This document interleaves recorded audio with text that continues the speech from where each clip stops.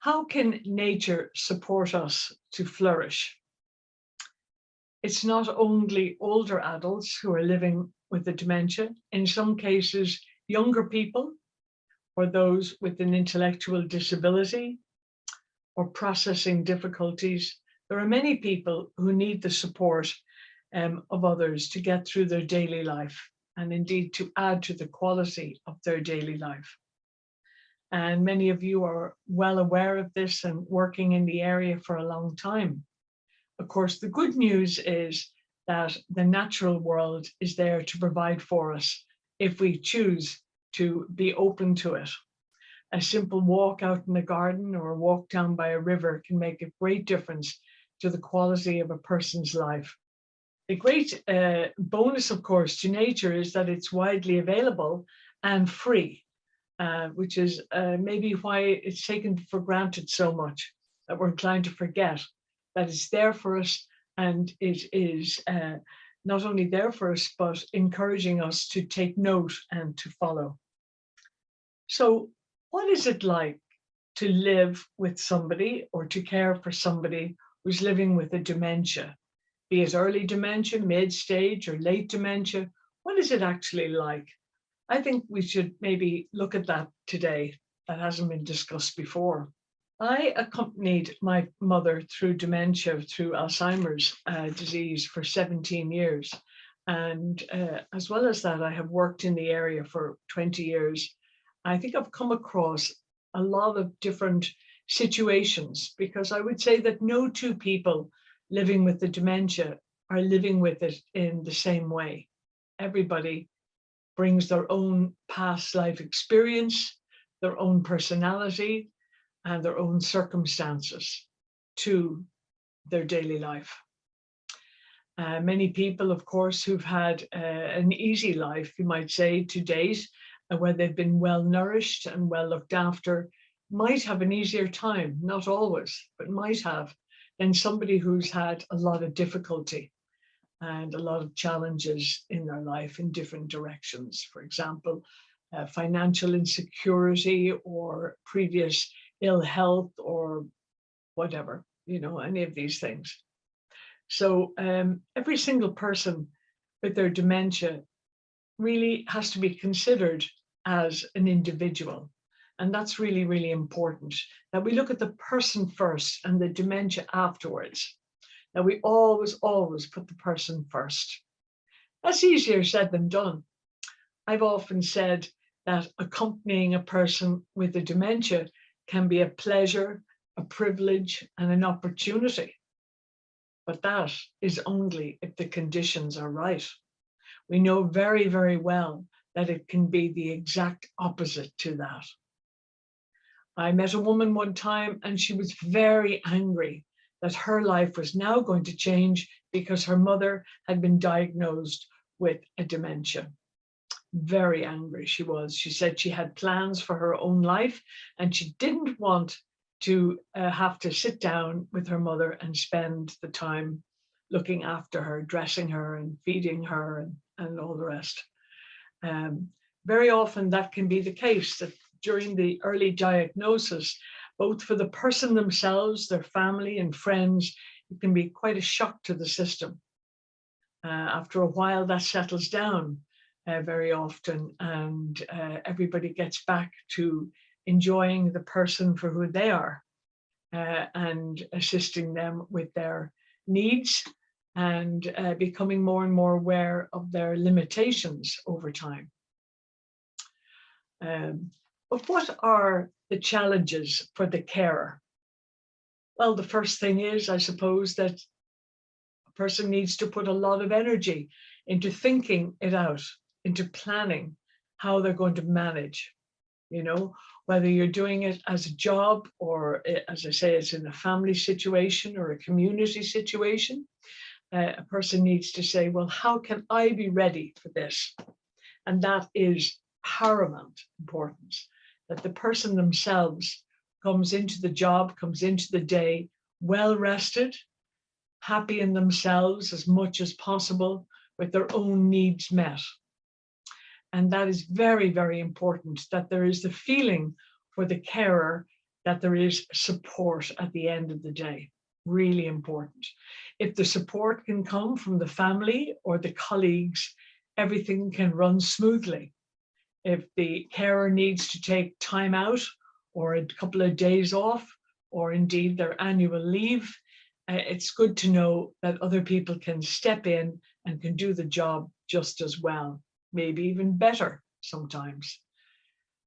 It's really, really important that the carer feels that they are good at this job and they are genuinely appreciated at the job. Because unfortunately, as we've often said, a person in a caring role doesn't go there for the money or the glory. They go for something else. They go for something inside them that leads them to that kind of a role.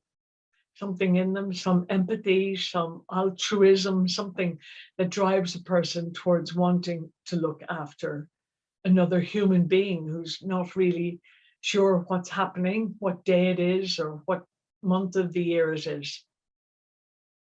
So I would say that many people are called to be an inexhaustible giver.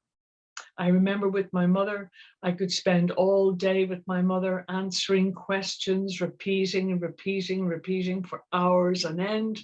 I could be cleaning her house, doing her garden, washing her clothes, and cooking food, and sorting out all of the things that got mixed up in her house, all of the items that were hidden and things that were in the wrong place.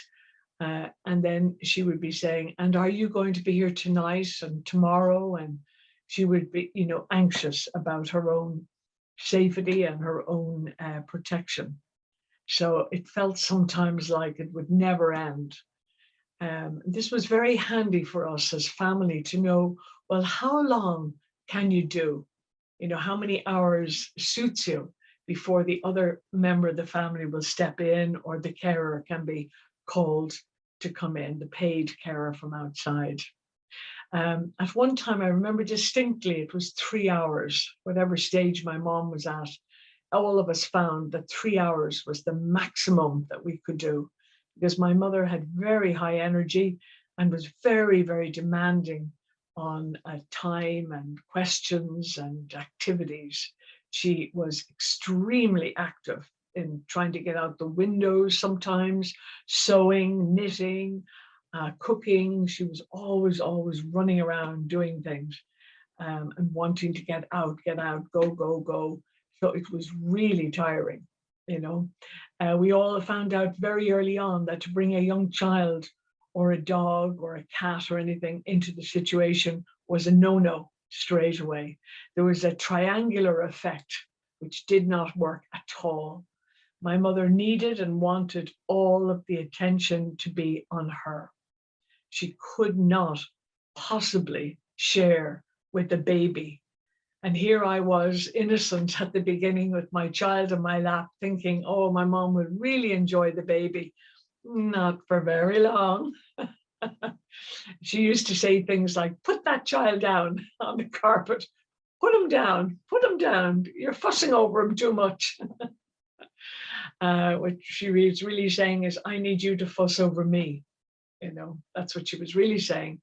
And I would have to understand that and say that. But that's hard sometimes, leaving your child to one side and spending hours and indeed years with your mother, your aunt, your grandmother. It can be very, very lonely. It can be very demanding. A person with a dementia can seem to be very selfish. I mean, ruthlessly selfish, just because they are maybe feeling very vulnerable. We have to understand that, they can also seem vindictive. They can seem that they're trying to set one member of the family against another. But really and truly, it's their vulnerability which is showing through. I remember one time seeing a note my mom had by the phone. She had the 5 of us, and she had the different names written down and the phone numbers in very large print beside her phone so that she could phone us. And she had different comments beside different people. And mine at this time was a very favorable comment. And so it was embarrassing because some of the others were not so favorable. So I had to rewrite out this piece of paper without the comments on it. It was an interesting situation of playing it right. Very often in a nursing home, I have found a situation where carers have great fun doing good cop, bad cop.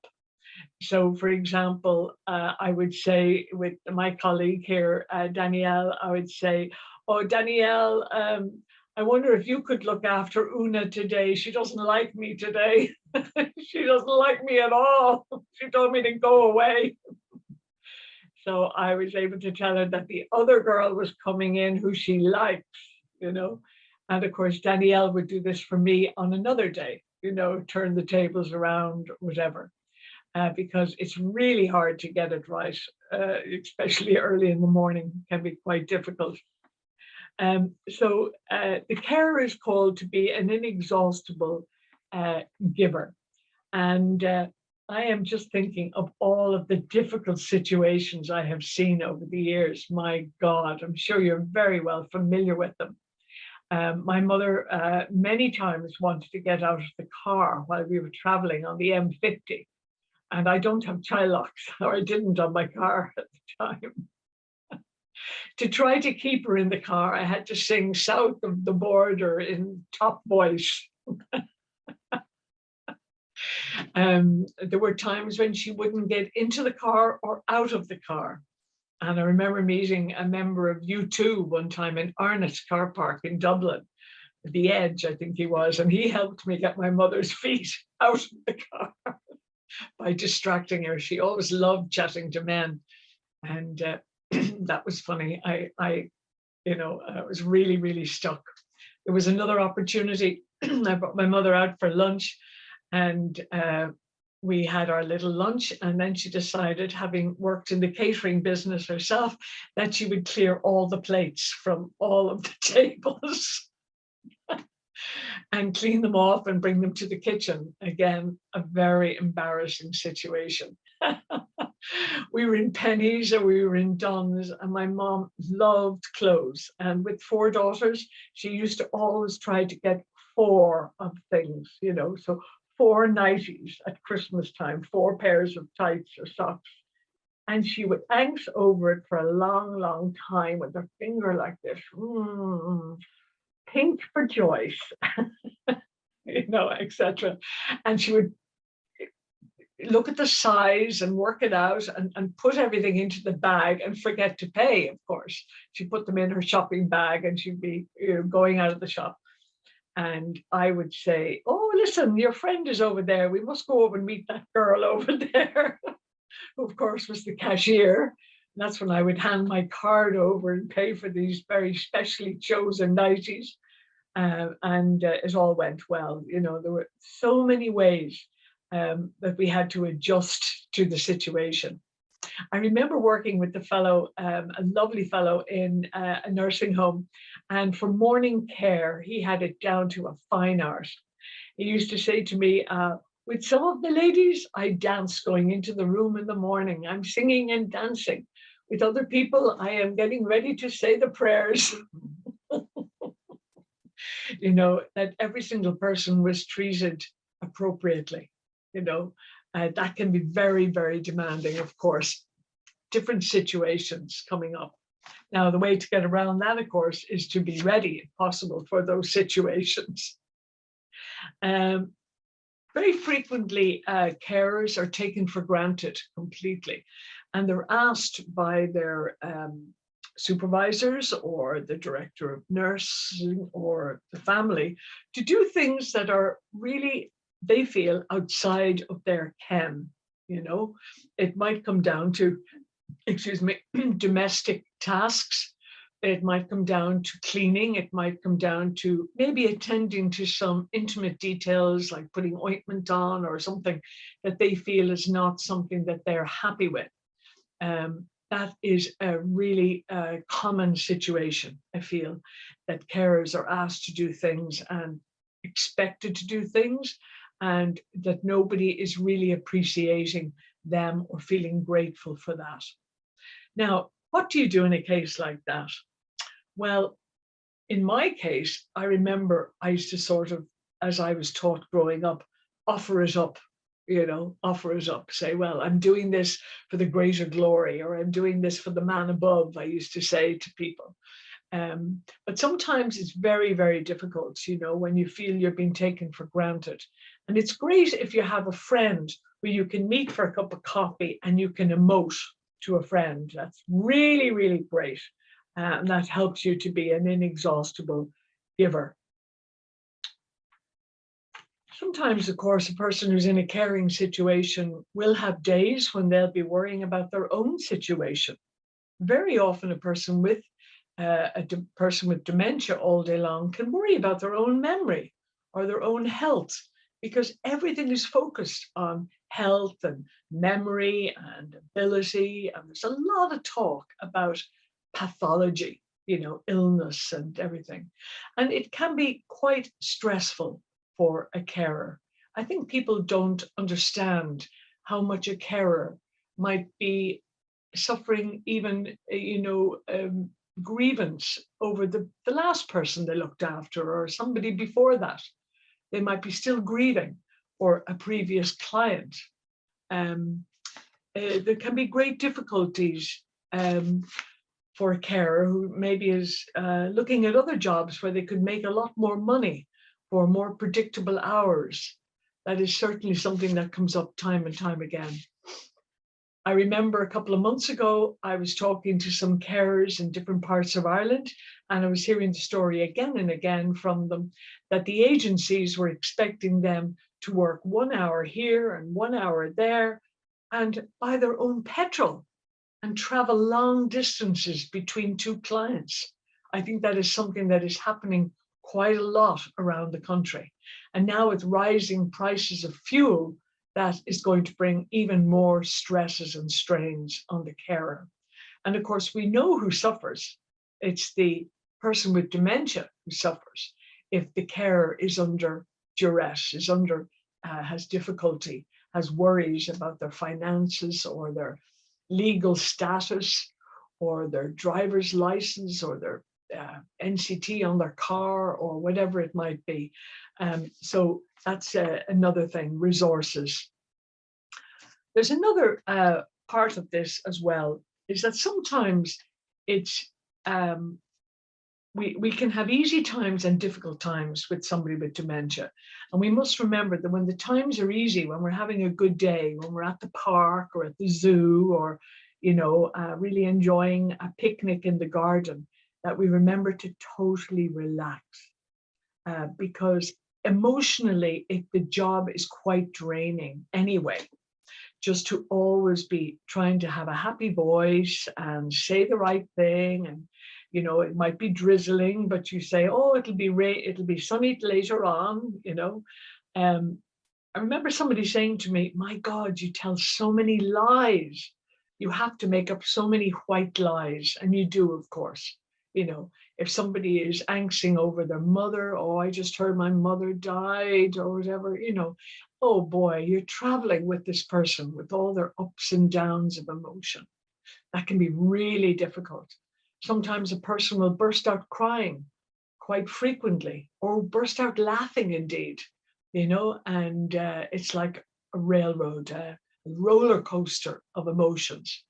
So it's most important that a carer has got some kind of resilience and maybe some little tricks to deal with this. And I've got a couple of ideas. One is to just take some time out and go off to the bathroom yourself or the toilet, maybe wash your face and put on your makeup or whatever you want to do, or a little perfume, or to have something in your bag. Of course, this is a very frequent one, nice cream bun or a packet of potato or something that you can dig into, something to pay you back for what you're going through, this, emotional roller coaster. Again, that's something that is very often not reported to the supervisor or to the family. It would be impossible to tell them where you've been in an 8-hour day. It would be just impossible.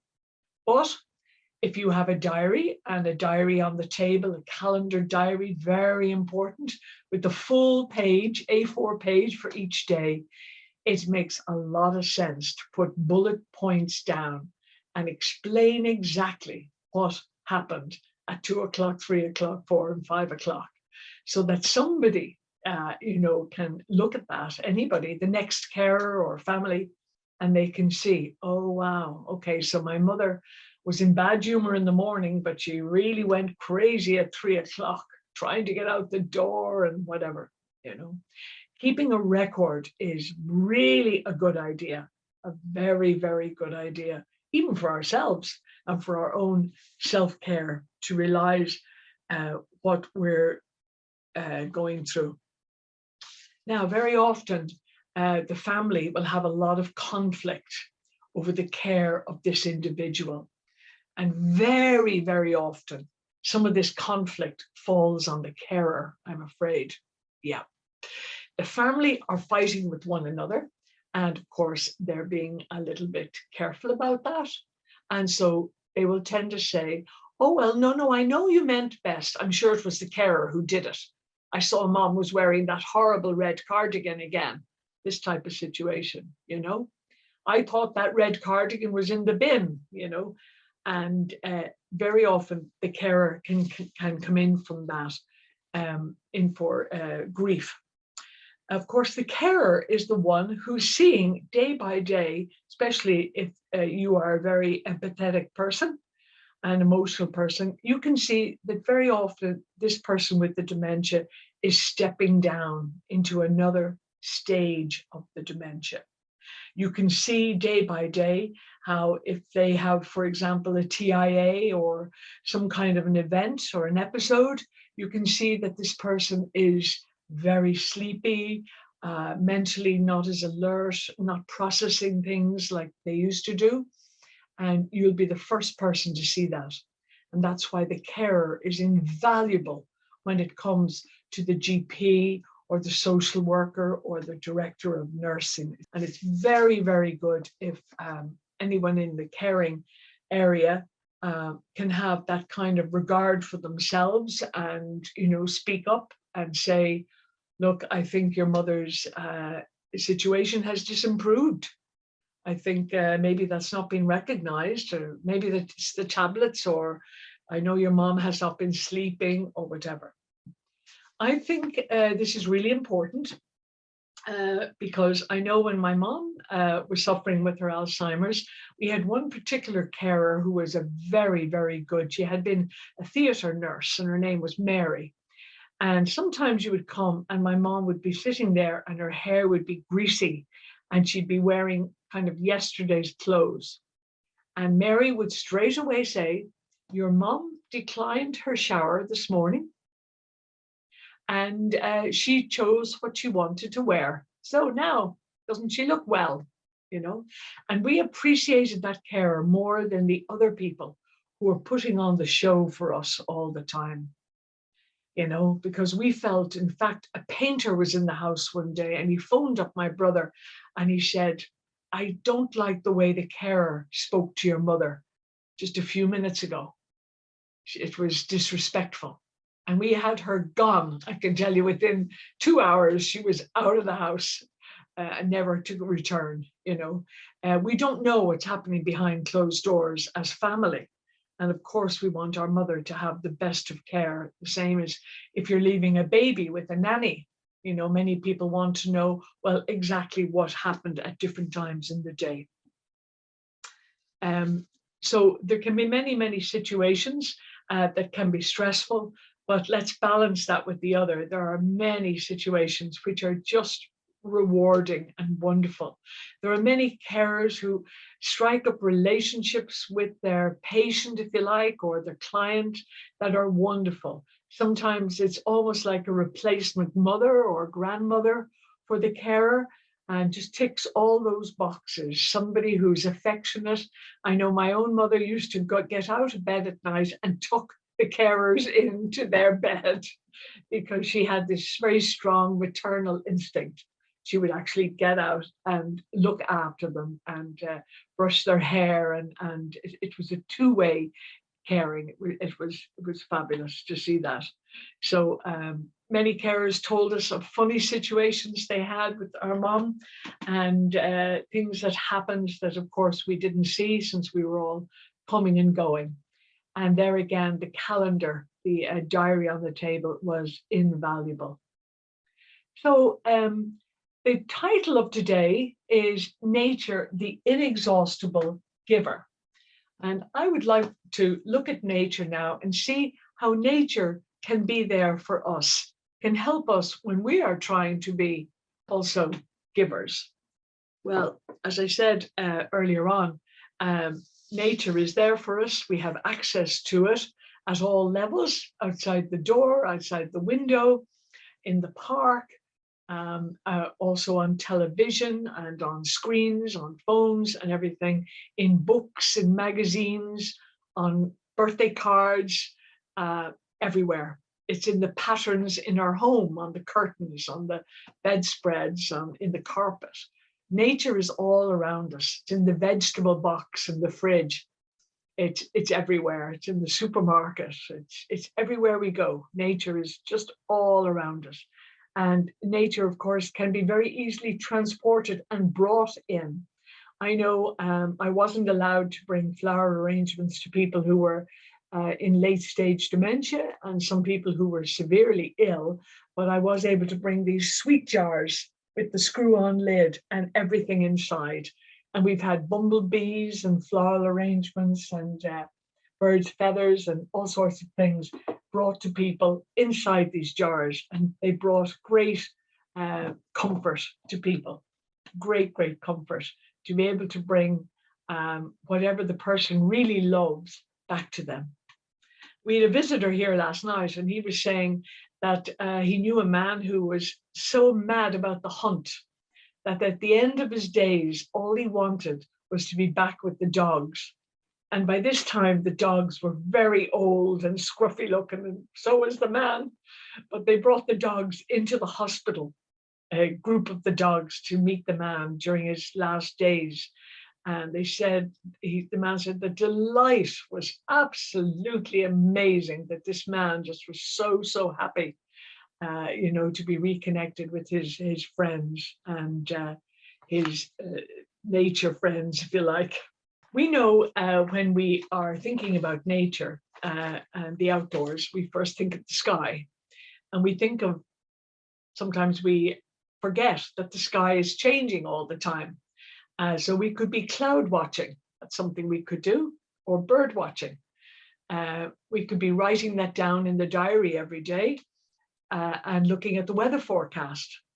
That would get the person thinking in a bigger way about life and living and the world. And we could even look on the YouTube video and say, oh, look at the sunshine in that country. If we knew the person loved beach, for example, or mountain climbing, we could do that. I would avoid television news and soap operas and things as much as possible, because I think they can be quite upsetting for people. Now, sometimes a person says, I want to see the news, but not the kind of news we get nowadays. It's sometimes too hard-hitting, too violent, shocking, I think is the word.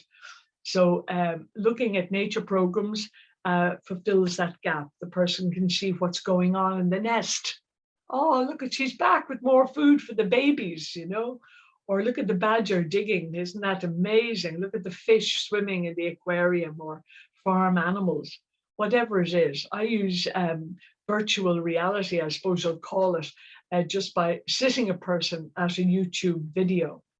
The birds of Papua New Guinea are one we love, or in April we love the Cherry Blossom Festival, or a tour of the wildflowers of Switzerland, or whatever, And if the thing you're looking at is seasonally appropriate, that's particularly good. So a person is looking at ice and snow, and it's not surprising that the leaves are off the trees outside and it's wintertime, you know. Just so they have found, I think, with research that the virtual representation of nature can be almost as powerful as the real experience. I think it's something like 70% of the real experience. So it's quite good to have images around and to focus on cats, dogs, or whatever you're into, birds. The natural world, of course, is always changing. It's very, very vibrant.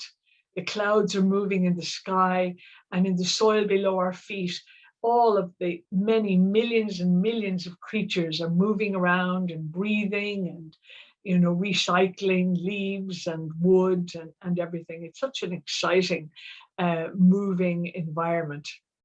And we're not aware of this sometimes. We're not even aware that the planet that we're standing on is spinning, at 600 kilometers an hour. So I enjoy saying this to people who are in early dementia anyway. And we talk about the summer solstice, the winter solstice, and the eclipse. A favorite one is also the Northern Lights. Oh, that's a great one, to watch the Northern Lights and see these beautiful colors come against the sky, purples and blues and greens and everything. So that's just an experience, of the larger scale of things. It's great if somebody has been to Africa and they want to remember their safari, to bring them on a safari, or if somebody's into sailing boats or golf. That is really easy to bring a person to, even 2 or 3 times in the day, to break up the day a little bit and to bring them back to something that they enjoy. Speaking of patterns, by the way, and household fabrics, just recently I got some fabric books from a curtain shop. They were going to go into landfill. And this woman said to me, "Are you interested?" I said, "Interested? Yes, absolutely." And I grabbed so many of them. My house is filled with them. But just one, I brought one up to a woman the following day. And it's very humbling for me to say this, but the following day, the carers told me that she looked at the fabric book for 8 hours. Continuously for 8 hours. And she was very happy. And she was deciding, would she have a skirt made in this? And she'd have the jacket to match it in this one. 8 hours she got just from a pattern book, that was going to just be thrown out. Not to mention all the other crafts one can make with these things, these kind of materials. But the earth has got so many things. We've got our fungi, we've got our woodland, we've got so many things going on underneath the earth. And we love to look at a fairy ring in the lawn and say, oh, that's what's happening. This is the fruiting body of the mycelium that's going on below the ground. And all of the creatures and all of the roots. We now know, with all the research that's been done about the forest floor, that there's so much recycling going on, and it's just so exciting. So what does that say about us and our inexhaustible giving? I think that we need to learn from the world, the natural world, that variety is the spice of life. So you're never going to get a boring day that's exactly the same as yesterday. There's always variety. So to bring as much variety and color and sensory stimulation into a person's life as possible is brilliant. So even the way you dress when you go in, it could be a simple scarf, it could be a badge or any kind of a bracelet or something, but something of interest to the residents, something you can talk about.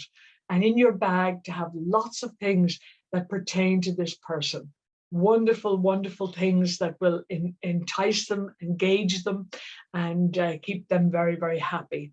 Always be looking forward to something, because The world is always moving. The seasons are changing minute by minute, do you know? Just the other day, I was out in the park with my dog and I saw the dew was on all the spiders' webs. Millions of spiders' webs were covered in this dew. They were like diamonds. It was such a beautiful sight. And of course, it was only going to be there for maybe a half an hour or something. And there were very few people around. I actually phoned the local school, but they didn't bring any of the kids out to see it. It was just magical, you know.